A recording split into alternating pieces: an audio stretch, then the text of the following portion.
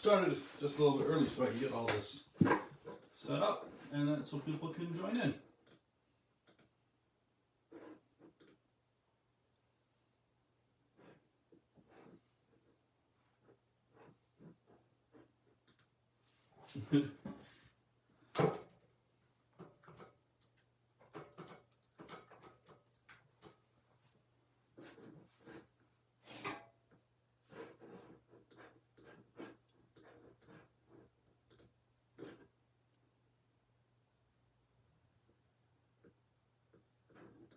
Started just a little bit early so I can get all this. There we go. Hello. I'm gonna turn that volume off.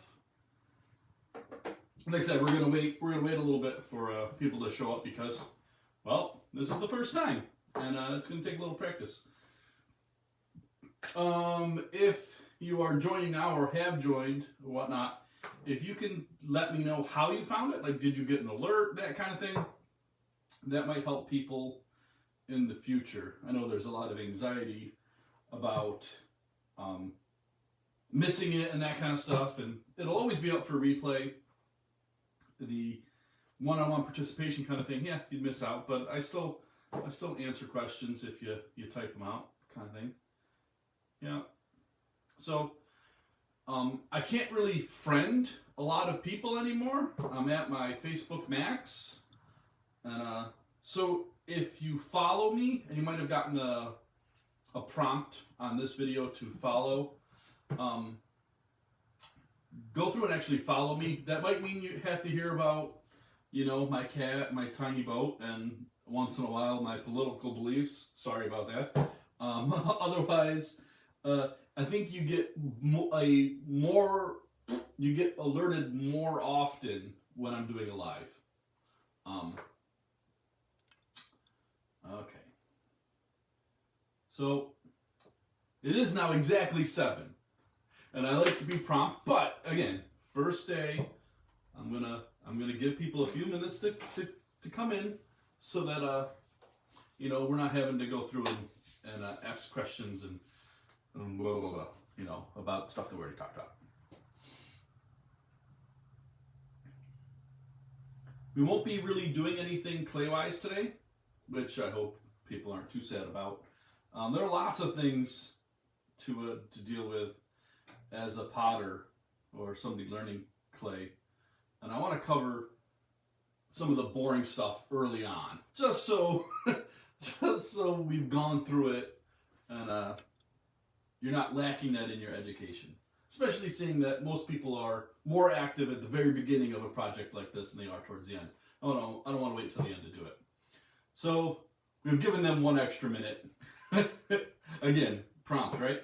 So the goals, and you guys can give me your goals while I'm explaining my goals, but my goal has always been and always will be to get as many people, you guys included, at a point where they can throw in a way that they can be self-expressive, that you get a chance to make what you want to make, that what is in here comes out of here and ends up in clay. Pottery isn't easy. This, as an adult, which I think most of you are, is one of the harder things you'll do as an adult. This isn't easy. I may make it look easy, but it's not. I won't pretend to you that it is. I know how hard it is for everybody that's going to be learning. It's difficult. And it's okay that it's difficult. You will fail. My goal is that you fail a lot and that you learn from each of those failures. The quicker we fail, the more we fail, the more we're going to learn. I am not somebody that does projects. I am not going to give you a Christmas tree project. You're not going to have an Easter bunny project. There will be no Valentine's Day project. All I want you to do is to learn how to throw and to throw better. And when you learn how to throw better than that. That's the only goal. That is a lot of my goal. And then you have fun, right? This shouldn't be really frustrating. It should be a challenge, but you shouldn't leave the wheel and think, oh, I suck, or this is horrible, or I'm never gonna get it. Everybody gets it. There isn't anybody that isn't gonna get it. You will get it. It'll take patience. Some people are gonna get it before you. Some people are going to get it after you. It took me a very long time to get it, and because of that, I know a lot more, which means I can give it to you. So that's my goal, is for you to be able to throw and have fun while doing it. We're going to go down the list there. The first thing that we really need is clay, and there are a lot of options, and it's frustrating on my end to know that there are so many options that are wrong for you. And so I'm going to try to help as much as I can right now. That if you can get Laguna clay, which I think is pretty widely distributed clay, if you can get Laguna 65 is the clay that you want to start with. If you're doing just low fire, because that's all you have, then a red clay. And again, Laguna, we're looking at maybe 20, which is a low fire red clay. Do not get a low fire white. But I'm going to kind of back up to the reason we're choosing 65. So in case you have a clay from another area, you can't get Laguna, that there are other ones that you can get. You want something that is smooth. There are pottery instructors that swear you need to have a coarse, sandy or groggy clay. Grog is little chunks in there that's like sand. It's like it turns your clay to sandpaper. The problem with that is that when you're learning, you're spending a lot of time against the wheel head, and that can hurt your hands. I'd rather have you have something smooth. It works just as well for when I was teaching beginners in person, we would have all these different clays, and they all flew the same. It's just the people that had the smooth clay didn't hurt their hands. Melissa French asks, why not low fire white? And low fire white has the tendency to always, or not always, but more often than not, do what's called shivering. And it's where a glaze pops off your piece. And you can't fix it. The piece is ruined. And it's pretty much only low fire whites and commercial glazes that do that. So if we can just eliminate low fire white, then we don't have to worry about that at all. So we've got mid-range. If we're doing the mid-range cone 6, do not get a cone 6 clay that says 6 to 10, because that's really a cone 10 clay that the company decided, well, we can trick some people into buying it for cone 6, because we don't want to mix up our own cone 6 clay, so we'll just label it like that and we'll sell it to cone 6 people. The problem with the cone 6 to 10 clay is that it leaks at cone 6. You can't make functional work out of it.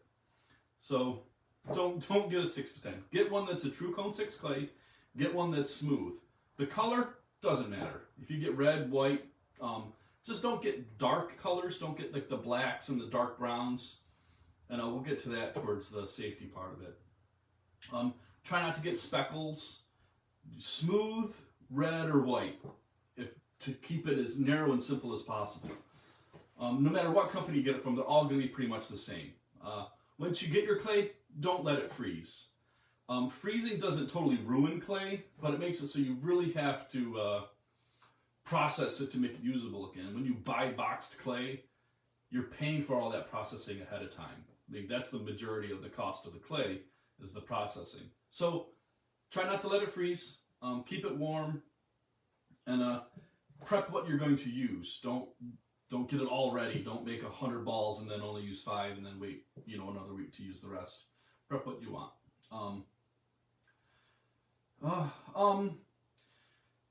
So I'm seeing questions like, is B-Mix 5 good? Yeah, B-Mix 5 is great. It's, I think, a little more expensive than 65, and really we want a cheap clay also, because you're going to end up wasting a lot of it. The different types of clay. That is a little more than what I want to cover in this one, but, on another day, or you can ask me again, type it out, and I'll, give you an explanation a little bit. But really all we need to know right now is that if we're doing mid-range, a smooth white clay. If we're doing low fire, I would say a red clay. Try to get one without grog. Okay, next step is our wheel. And I know from the group that a lot of people got wheels for Christmas. Yay! Your wheel is a machine. There aren't a whole lot of safety things to deal with the wheel, but if you do have long hair, which I'm working on, but you want it back and away. You want all your jewelry, rings, if you can take them off. find a place where you keep them and put them every time so you don't lose them. You don't want to stick it on your table somewhere and put a chunk of clay on it and make it go away. Bracelets, watches, you want to get rid of as much of that as possible. You want your wheel set up in a place where you can make a mess and that you can kind of clean it up. I know a lot of people just got a new wheel and you're excited to use it. And you might have it in a kitchen or a bathroom or a spare room. And that's okay, but you want to put down something so you're not on carpet. Ideally, you want it in an area that is all hard surfaces. And we'll get to more of that in safety. Your wheel does not have to be perfectly level. If it looks level, it's level enough. Everybody, I think, has a wheel that has a pedal. If you've got one of the wheels from Amazon, one of the $200 wheels, you're going to be a little bit of a disadvantage because of the amount of power that they have. But your wheel should spin, right? You should be able to control the speed. When you bring it all the way back, it should stop. And the biggest thing when it comes to your success on the wheel, well, not the biggest thing. One of the important equipment things is that this outside edge spins true. If while it's spinning, it goes like this and one side is higher than the other, it's going to make the rest of it really, really hard. And just check that. Just run your finger along the edge. Does your finger go up and down?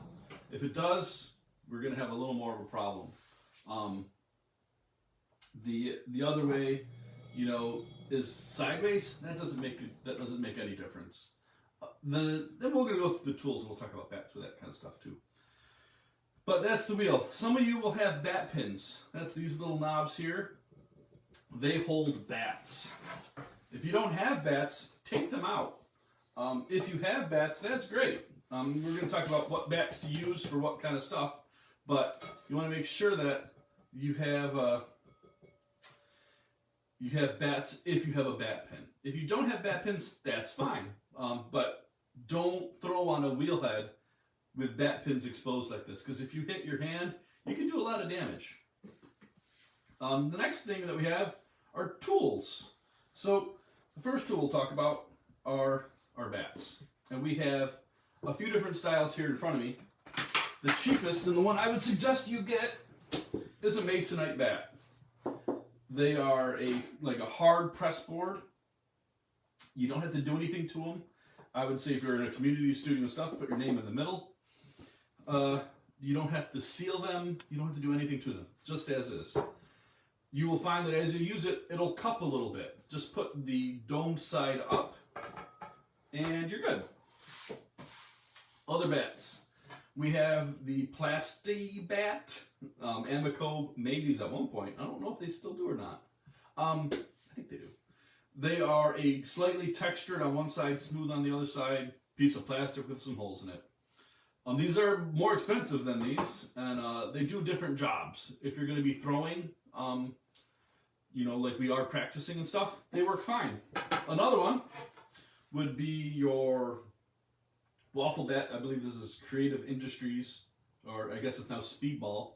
The Speedball ones have the little waffle texture underneath, and they have holes that fit the wheel head. Almost everybody's wheel head will have the 3-hole ones. They're a little bit more of a pain to put on, but they also don't have holes in the top, which makes no difference. Holes in the top aren't gonna make any difference for you. You're gonna be fine with or without them. These will all warp if you mishandle them. If you sit on them, abuse them, you'll bend them, and then it'll be hard to throw. You wanna make sure that they're set and on and not jiggly. If you do find that all your bats are jiggly because the holes have opened up, you can get something called a bat mate, which is pretty much like a chamois that you get wet and you put underneath and it stops it from sliding. Next tools are your wheel throwing tools. The most important one, which is the one that, is your wire tool. They will get kinked, and we'll talk about when we use them about how not to kink them, but try not to bend them and mess them up. Someone asked about, is there any advantage to a square bat? The only advantage to a square bat is that if you are stuck having to keep stuff on the bat, which we're not going to do, we're going to practice taking everything off the bat, that the square bat, you can put more on a shelf, you know, to line up work. But we're going to totally try to avoid that. Your goal as a super supreme awesome potter is going to be able to pick all your work up and eliminate all the crap that has to go along with using bats as a transportation method. We're gonna try to ignore those or not do those. Your needle tool. There are lots of different needle tools. They're all pretty much the same. They're pokey. You have your metal rib of death. It's a sheet of spring steel. They're flexi.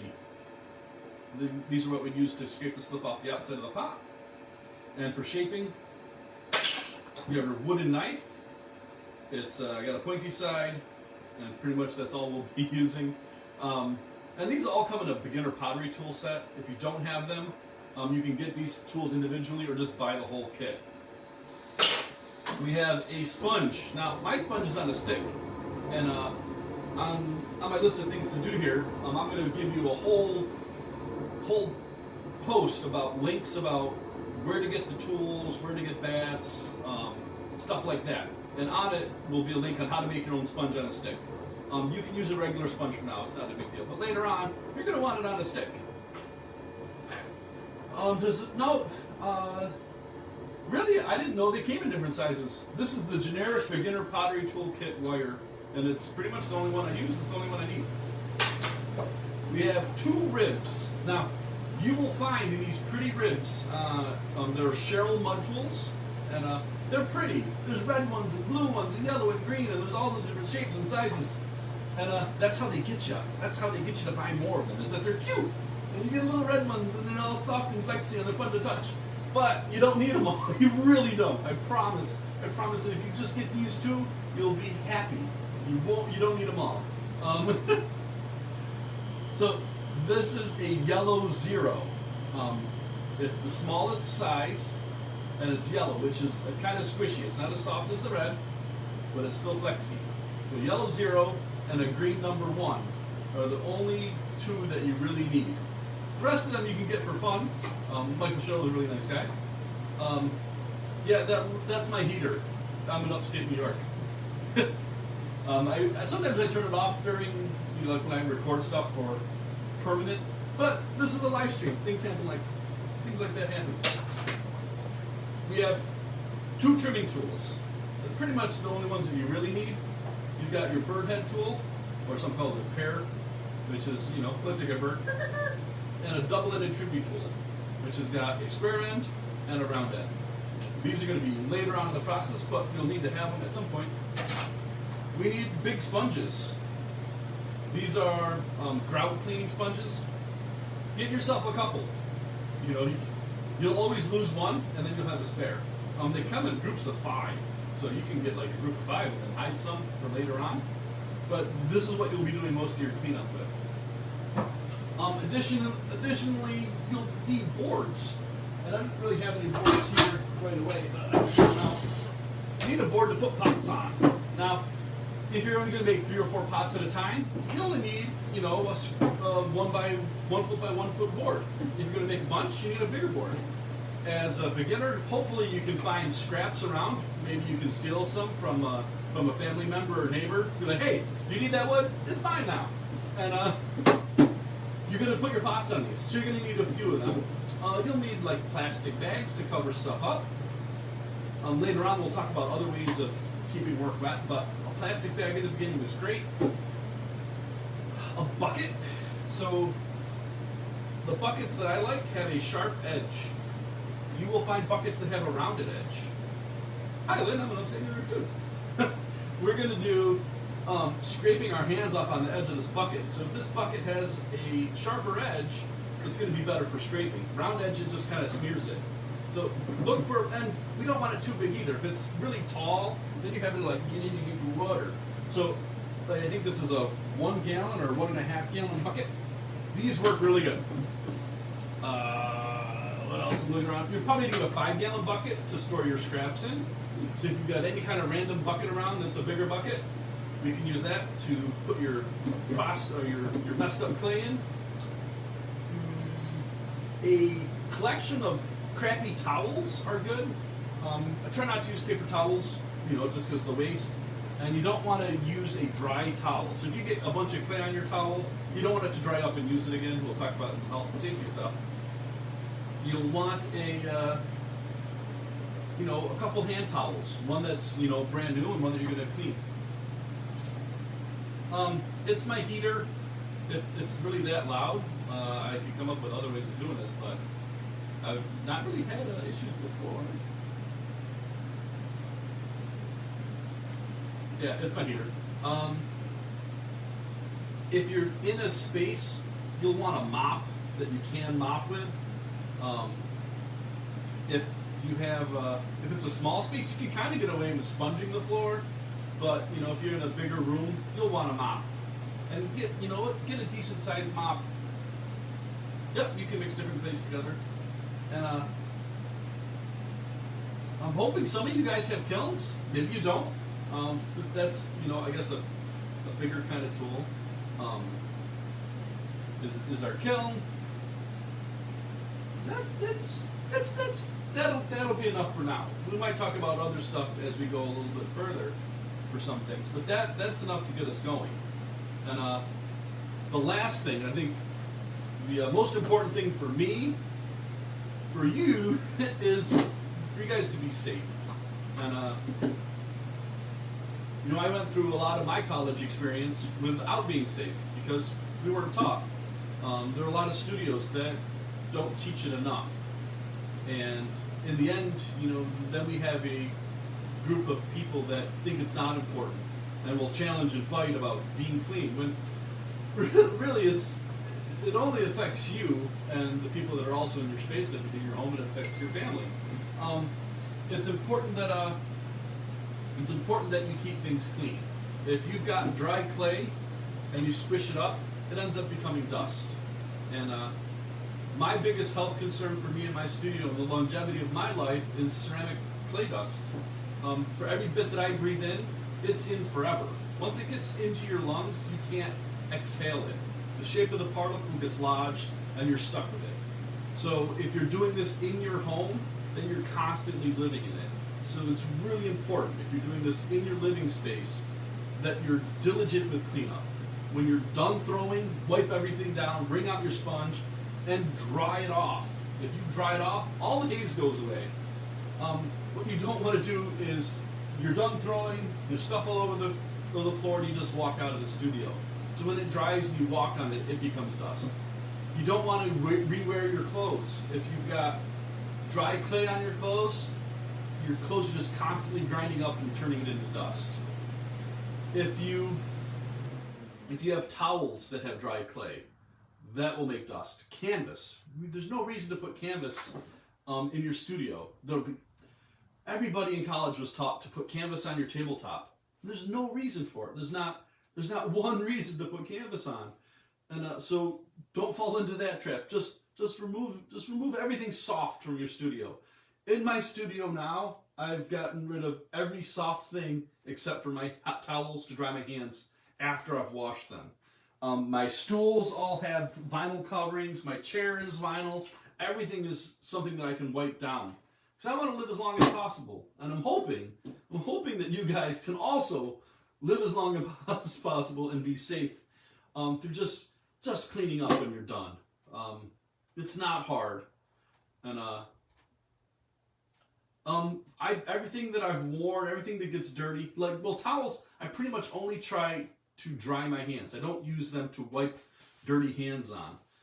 After I've washed my hands, I dry them on the towel. And eventually, some things will get on there, and then I just wash them. All my clothes and everything have always gone in my washing machine. The washing machine I have now is 10 years old, and it's not broken. My pipes aren't full. I'm on a septic, that's not full of stuff. It's doable. My parents' washing machine, when I was in college, I was covered head to toe in clay all the time. I don't think the clay is going to hurt your washing machine. I think it's going to be okay. If you're concerned about it, though, you can always wring them out, get them wet, wring them out, and get as much clay out as ahead of time. My clay studio itself, and I'll post a link to my whole studio so you guys get a tour when it's all nice and tiny, that my studio, all the piping in my studio goes out to a dry well. But my home is on a septic. And really the only part that comes out of clay that goes into my septic is from my clothes. Or if it's all over my hair and I showered. Which is going to be more fun now because I got longer hair. So that covers most of it. When we start talking about firing and glazes, I'm going to go a little bit more into the safety of those kind of things. Because again, I don't want you to die. I don't want pottery to be the reason that you suffer at the end of your life. So I've got time now. If you have questions, like this is the time to ask them. You know, if you've got questions about the process of how this works and everything, and if you're anxious or nervous or stuff, you know, ask the questions now. I'm happy to answer them. That's why I'm doing this. I guess while you guys are writing down questions, we can talk about why I do this. And it's really, you know, people, you know, well, I want to be able to pay you for this. I don't need payment. What I need or what I want is you guys to have a great understanding and background in clay so that you can make what you want to make. So that what's in your head comes out of your hands. That's really my goal. In the group, most of you, almost all of you, are beginners. Some of you are beginners with more experience, but really the group is to really have beginners in it. And that's so you guys feel safe in posting stuff. I'm not going if you post something that you think is horrible, I'm not going to rip it apart. I'm only here to encourage and get you to grow. Anything that I say, even if I say it kind of funny, sometimes I'm kind of curt and blunt. I'm saying it because I care. If I don't say anything, it's because I don't care about you. You know, if I never told you anything, it's because I don't care. But really, I want everybody to be. I'm missing questions. Oh crap! Oh, I'm talking and all the questions went around. Oh yeah, I'm not wearing the tie-dye socks today. I hope you got the message from my mom. I was able to give them to her. The other two sock people, I haven't gotten them to yet because COVID. I haven't seen them since. But when I do, I'm gonna get them to you. Is it okay to throw thicker walls and get them thinned by trimming? In the beginning, sure. It's one of the goals is to throw to the right thickness, and you know you'll find that out for your pots on what's the right thickness. But trimming, I trim everything, and it's not because I'm incapable of throwing thinner. It's that it's part of the process of finishing that I find important to my work. And I'm going to teach you all, hopefully, how to trim. And you can make that decision for yourself. But is it okay to throw thicker? Yeah. In the end, as you practice, you will find that you're throwing thinner. But throwing thick at the beginning is perfectly fine. I'm going to scroll down a little bit. Jenny, Stanley, these will stay up. So when I'm done, I'm going to hit the share button, and they'll be up for forever. I've also tagged it, so it's tagged, hashtag MNPC, so Monday Night Pottery Class. So if in the end, you know, you wanted to search it, you could search that hashtag in the group, and you'll be able to find all of the Monday Night Pottery Class videos. And I've tagged this also, or I've labeled it number 1, so this is the first week. And I'll hopefully be able to keep the numbering system going on there.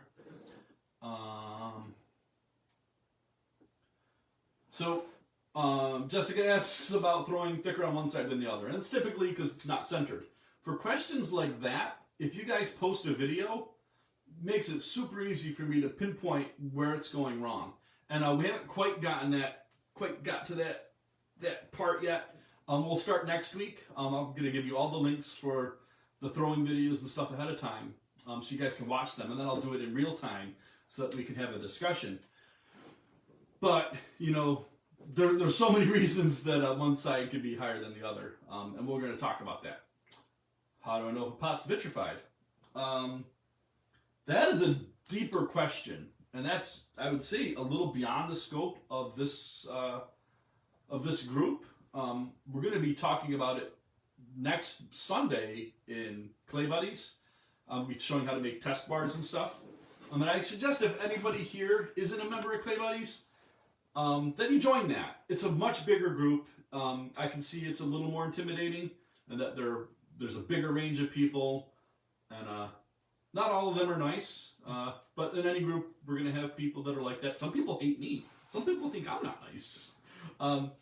But, you know, I would say join that. There's a lot of other information that happens. Sometimes it's a fight for information about which is correct or not. And you guys can have to make that choice. But what'll happen in that space, I do a Sunday night pottery class. And we'll be dealing with more complex topics like vitrification. How many weeks is this class? Forever.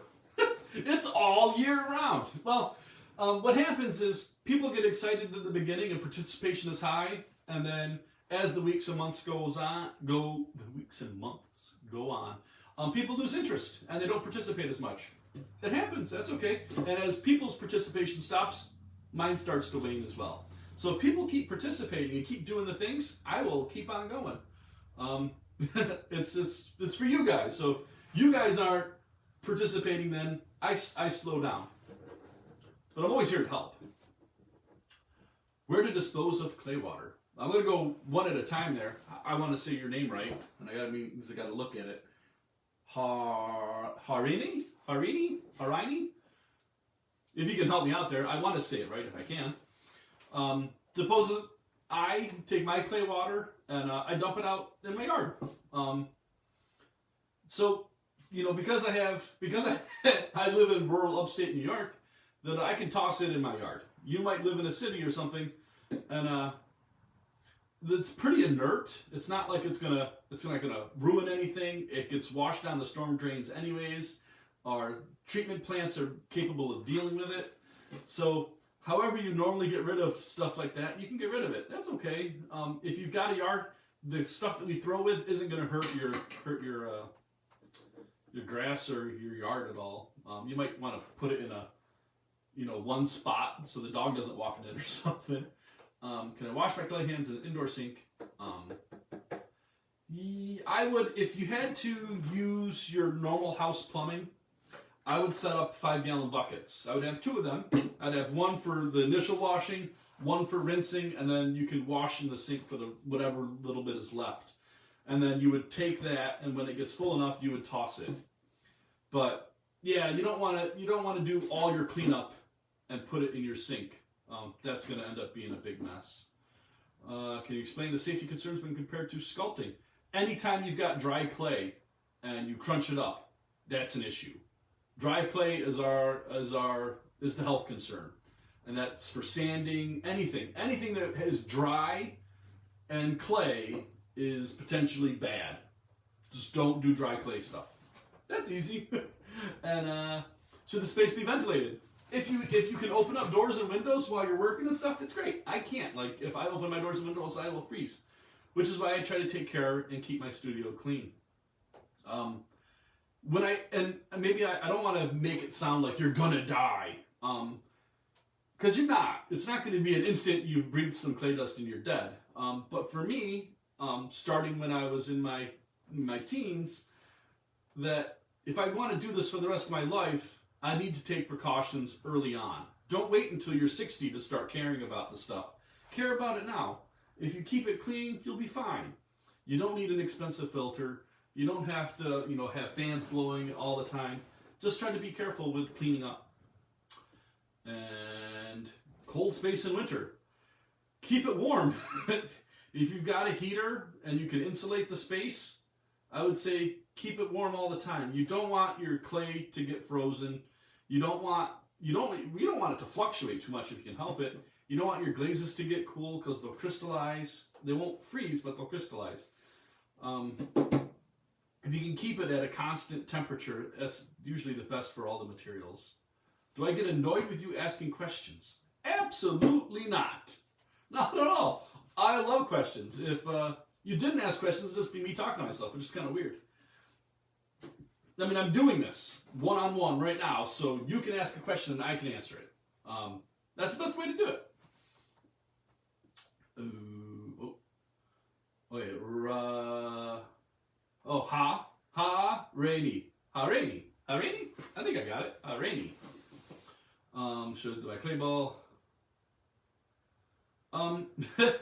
So clay ball size when you're starting out, that'll be in the video. Anywhere between orange and a half. Orange and a half? I like that. I like that measurement. 1.5 oranges is about how big it is. It should be bigger than your fist, but not by much. If you had to go by weight, it's about 1.5 pounds is a good weight if you have a scale. Softball would be too big.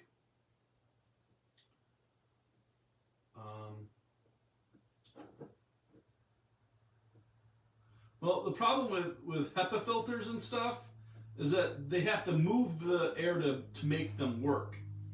So if you have a HEPA filter running in a studio space, let's say worst case scenario, you dropped a bag of dry clay dust and it's just poof filled the air. Just get out.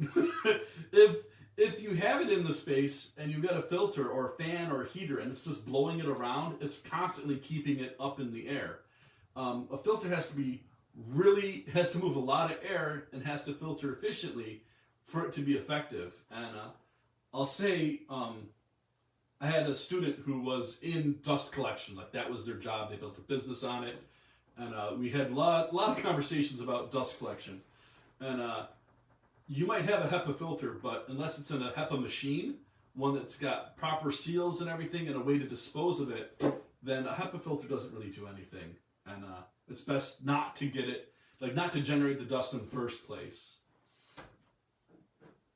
I mean, you're right, it won't hurt, but don't rely on it. A lot of people will get a filter and then start to do bad practices. It's kind of like, well, I wear a seatbelt now, I can go an extra 20 miles an hour. Or, I'm wearing a helmet, I can go off that jump. That they get that Superman syndrome because, well, now I can make dust because I have a filter to clean it up. And it's better just to stay clean.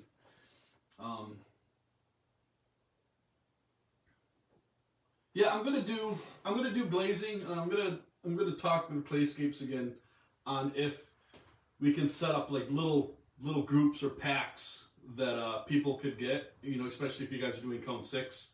So I know these 6 glazes work great together. We all have the same glaze. We're all working on a white clay body, and I can go through and show you glazes that are going to work every single time, the firings to do, so that you have successful pieces right away.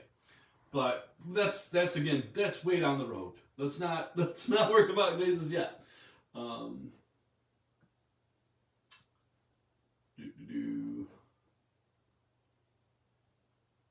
Well, so my propensity for cone 6 clay versus earthenware.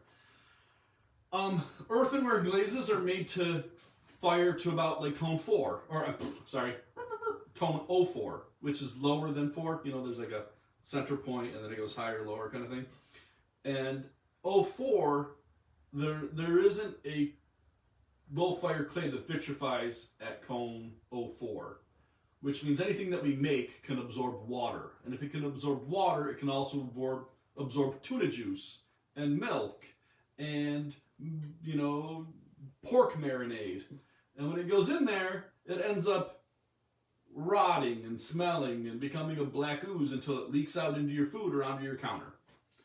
So if we can get you to cone 6, if you've got the ability to fire to cone 6, let's go to cone 6.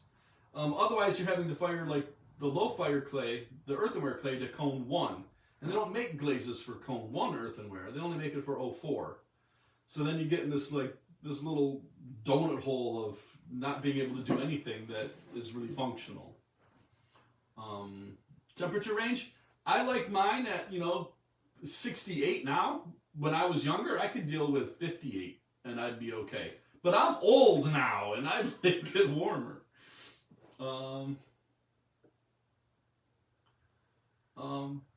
So someone asked about cleaning up. If you've got big sponges and a clean bucket of water, if you go over and clean up everything that's on the floor and then you dry it with, the towel that's ready to go into the wash, drying it picks everything else up. Any dust or residue, that picks it up. Damp sponge, wipe it down, dry it off, and you're clean.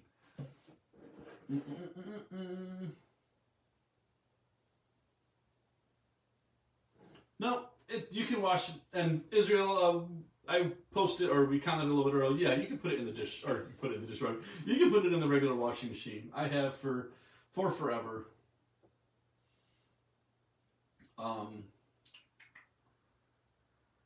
So yeah, so the wet dry vac, you know, a shop vac kind of thing.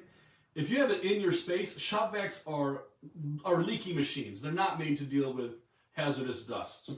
If you have a really long hose, you can put the shop vac outside and do all the vacuuming, and then anything that's getting sucked is getting blown outside, and hopefully not into your neighbor's house or into your house.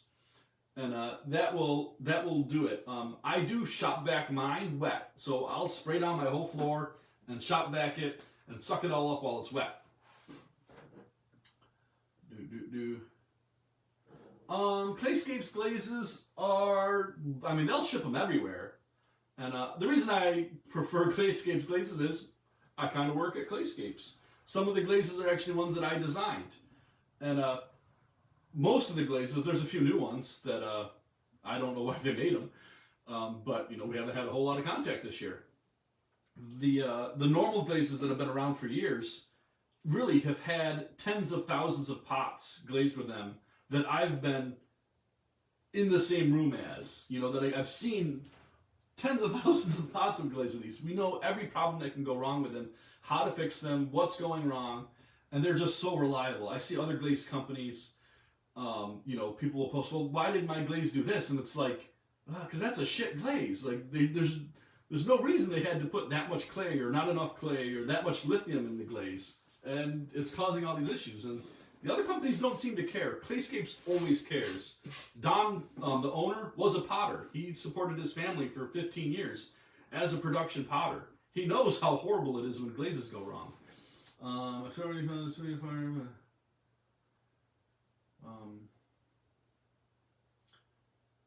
So, UK, I don't know, Sam. I would find something that's smooth and white and fires to the temperature, the vitro, you know, fires to completion at the temperature that you're used to firing at.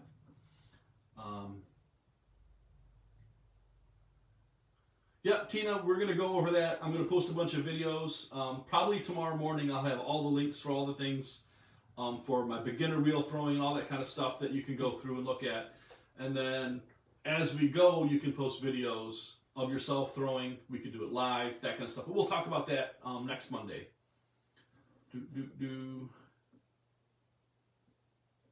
Yep, so I do mop, Jennifer, I do mop my floor with a wet mop. I'll mop it, and then I'll take whatever hand towel is about to go in to get washed, and I'll just stand on it, and I'll scooch around the floor and dry it all up.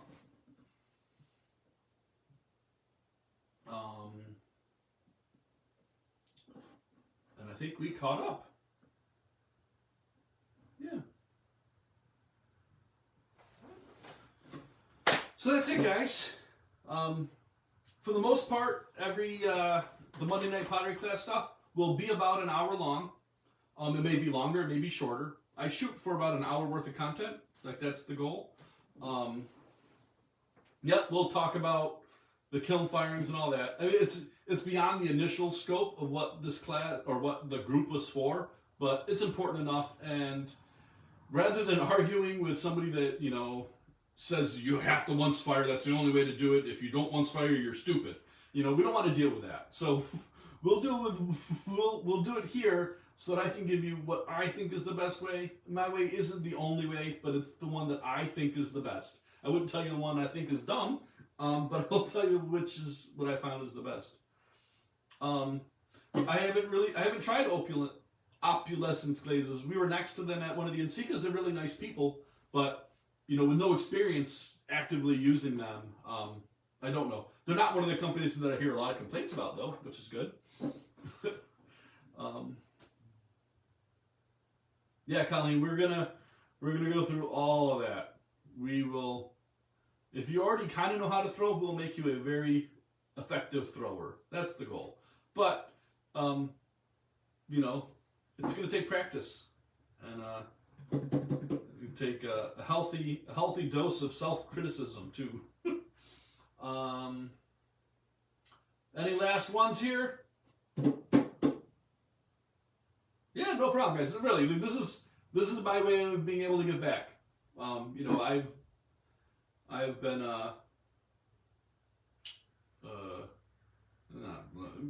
people have given me an awful lot through my career and given me, you know, a hand up to get me up to where they are. I'm hoping to be able to do the same for as many people. And doing it like this gives me a bigger reach, and hopefully will help you guys so that later on, when you're in a position where I am, that you can help other people.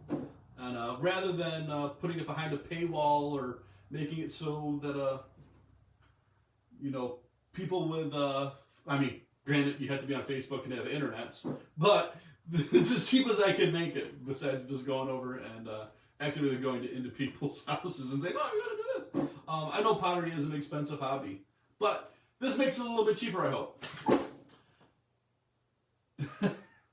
Yeah, that doesn't work as well there, Faith. You know, Jen, we'll talk about that. There are some things that I want to be able to do, and they're just they're big picture kind of things that take a lot more planning than being able to just like right now. You know, there are, you know, my wife taught at a Syracuse City School District, and you know, the kids there have no out, you know, or very few outs. That, you know, their 4 blocks are what they'll live in for the rest of their lives.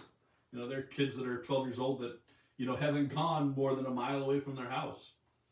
And those are the kind of kids that I want to be able to help, because the arts is an out. The arts is an easy out in comparison to how they're living now. And if getting them a situation where they can explore their creativity in a productive way, like making something that then they can sell, is an opportunity to get them out of that 4-block radius. And those are the big picture things. And you know, there are ways that can happen, but not yet. No, I don't need cat treats. I don't need cat treats.